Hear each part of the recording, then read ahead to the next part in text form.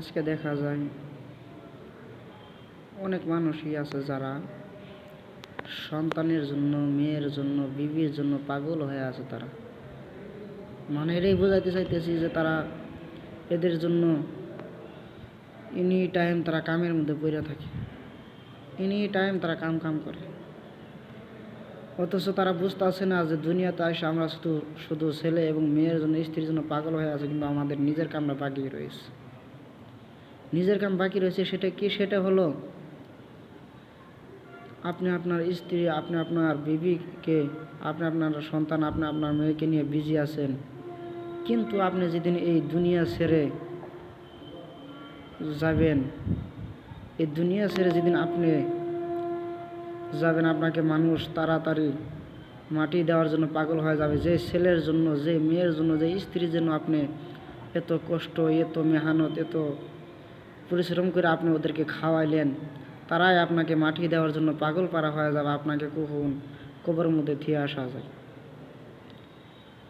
তো ওরা আপনাকে মাটি দেওয়ার জন্য পাগলের মতো হয়ে যাবে। কখন আপনাকে কবরের মধ্যে থিয়ে আসা যায়, আপনাকে মাটি দেওয়ার পরে তারা আপনার যে ছেলের জন্য, যে মেয়ের জন্য, যে বিবির জন্য আপনি কষ্ট করলেন, অথচ তারা আপনাকে কবরে থাকার পর আপনার কথা আর মনেই করবে না, আপনার কবরের পাশে আর যাবে না।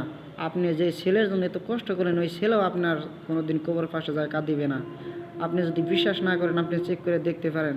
আজকাল দেখা যায় কত মা বাবা দুনিয়া থেকে বিদায় হয়ে গেছে, ছেলেঘর দুনিয়াতে রেখে গেছে, ছেলেরা বউয়ের সাথে, ফুলানোর সাথে এনি টাইম মজা, এনি টাইম তারা ভালোভাবে চলতেছে, অথচ মায়ের কবরে একদিনও যায় না।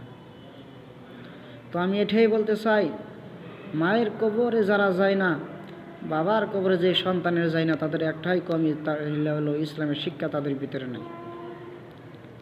তো আমি বলতে চাই, আপনার ছেলের জন্য আপনি মুহাব্বত করেন, আমার কোনো অসুবিধা নাই। আপনার মেয়েকে আপনি মুহাব্বত করেন, আমার কোনো অসুবিধা নাই। আপনার স্ত্রীকে আপনি মুহাব্বত করেন, আমার কোনো অসুবিধা নাই। কিন্তু কথা হলো, আপনার নিজের জন্য কিছু করার জন্য চেষ্টা করেন। আপনি আপনার জন্য কিছু, দুনিয়াতে থাকতে কিছু করার জন্য চেষ্টা করেন।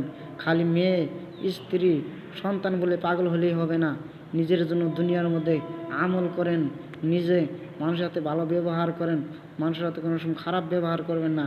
এই দুনিয়াতে চলে গেলে আপনার সব কিছু, টাকা পয়সা, ধন দৌলত সব কিছু দুনিয়াতে রেখে যাইতে হবে, কিন্তু সাথে ঈমান ও আমল আপনার সাথে যাবে। সেজন্য ঈমান ও আমল নিয়ে আপনি কবরের মধ্যে যাওয়ার জন্য চেষ্টা করেন। খালি ছেলে নিয়ে, মেয়ে নিয়ে বিজি থাকলেই হবে না। আমি আগেই বললাম, অনেক আপনি নিজেও দেখছেন বা আমিও দেখেছি, অনেক মানুষ যারা আজকে দুনিয়া থেকে বিদায় হয়ে গেছে, কিন্তু তাদের কবরের পাশে একজন মানুষ যায়, দোয়া করবে, হাত তুলে কাঁদিবে, এই মানুষটা তাদের নাই। আর আপনি যদি হক্কানি হন, আপনার জন্য কাঁদতে হবে না। আপনি দুনিয়ার থেকে আপনি এমন ইলম হাসিল করে নেন, দুনিয়ার থেকে আপনি আল্লাহ রব্বুল আলমিনের কাছে আপনি কাঁদেন, আল্লাহ রব্বুল আলমিন মসজিদের মধ্যে জাহেরা আপনি আল্লাহর কাছে তওবা করে আপনি আল্লাহর প্রতি ফিরে আসেন। আপনি আপনার নিজের জন্য আমল, ঈমান ও আমল আপনি নিয়ে যাওয়ার জন্য চেষ্টা করবেন। কোন মানুষের দরকার আপনার হবে না। তো আমি আশা করি কথাগুলি আপনারা বুঝতে পেরেছেন। তো আপনার সবাই এই আমলগুলি, নামাজ, রোজা, আল্লাহ রাব্বুল আলামিন যে বিধান দিয়েছে সেই বিধান মতো, নবীজির হুকুম মতো যাতে আমরা চলতে পারি, সবাই যেন আমরা সেই পথে চলতে পারি। আল্লাহ রাব্বুল আলামিন সেই তৌফিকটুকু যেন আমাদেরকে দেয়। সকলে আমাদের জন্য দোয়া করবেন।